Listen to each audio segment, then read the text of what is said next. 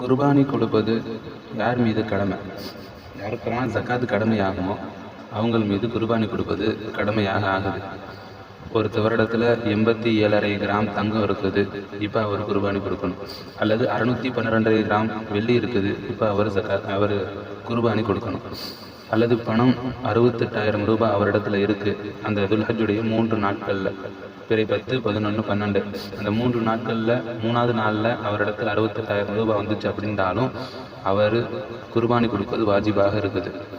அதே போல் குடியிருக்கக்கூடிய வீடு போக வேற ஒரு வீடு அவருக்கு இருக்குது, அதனுடைய மதிப்பை எடுத்து பார்த்தோன்னா 68,000 விட தாண்டிருச்சுங்கிற பட்சத்தில் அப்பொழுதும் அவர் குர்பானி கொடுக்க வேண்டும். ஒரு காலியான நிலம் வச்சிருக்கிறாரு, அதனுடைய மதிப்பு 68,000 விட அதிகமாக இருந்துச்சுன்னா அப்பொழுதும் இவர் ஜக்காத்து கொடுக்கணும். அந்த காலியான நிலம் விற்பதற்காக வைத்திருந்தாலும் சரி, வீடு கட்டுவதற்காக வைத்திருந்தாலும் சரி, எதுக்காக வைத்திருந்தாலும் ஒரு நிலம் அவரிடத்துல இருக்குது, அதனுடைய மதிப்பு 68,000 விட தாண்டிருச்சுங்கிற பட்சத்தில் துல்ஹஜ்ஜுடைய பிறையில அந்த 10, 11, 12 அவரிடத்துல இருந்துச்சுன்னா அவர் குர்பானி கொடுப்பது அவர் மேலே வாஜிபாக இருக்கு.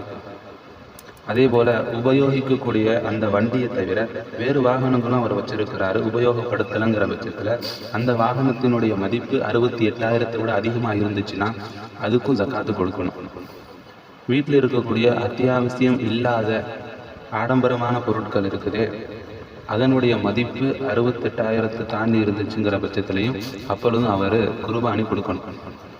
குர்பானிக்கும் ஜக்காத்துக்கும் மத்தியில் ஒரு சில வித்தியாசங்கள் இருக்கும்.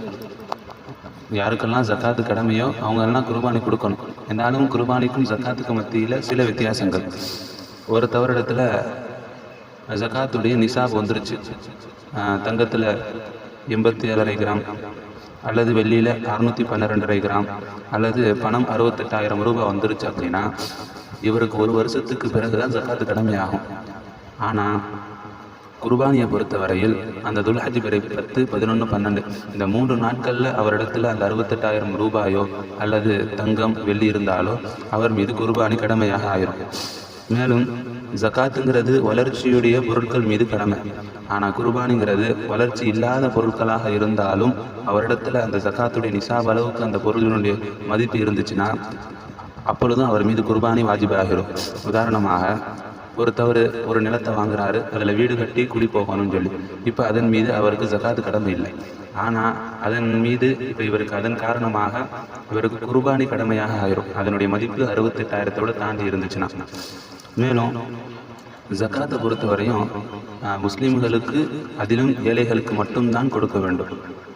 ஆனால் குர்பானிங்கிறது முஸ்லீம்களுக்கும் கொடுக்கலாம், முஸ்லீம் அல்லாதவர்களுக்கும் கொடுக்கலாம், ஏழைகளுக்கும் கொடுக்கலாம், பணக்காரர்களுக்கும் கொடுக்கலாம். எல்லாருக்கும் இந்த குர்பானியுடைய பிராணிகளை நாம் கொடுக்க முடியும். கடைசியாக ஜக்காத்துக்கும் குர்பானிக்கும் மத்தியில் உள்ள வித்தியாசம், ஜக்காத்து இப்போ கடமையாயிடுச்சு ஒருத்தவருக்கு. இப்போ அவருக்கு ஏதோ ஒரு காரணத்தினால அவர் ஒரு வாரம் கழித்து அந்த கடமையை நிறைவேற்றுறாரு, ஜக்காத்து கொடுக்குறாருன்னா ஜக்காத்து நிறைவேறும். அல்லது ஒரு மாதம் கழித்து ஜக்காத்து கொடுத்தாலும் அது நிறைவேறிவிடும். ஆனால் குர்பானிங்கிறது துல்ஹஜ் பிறை 10, 11, 12 இந்த 3 நாட்களில் கொடுத்தா மட்டும்தான் அது குர்பானியாக இருக்கும். மற்ற நாட்களில் கொடுக்கும் பொழுது அது குர்பானியாக ஆகாது.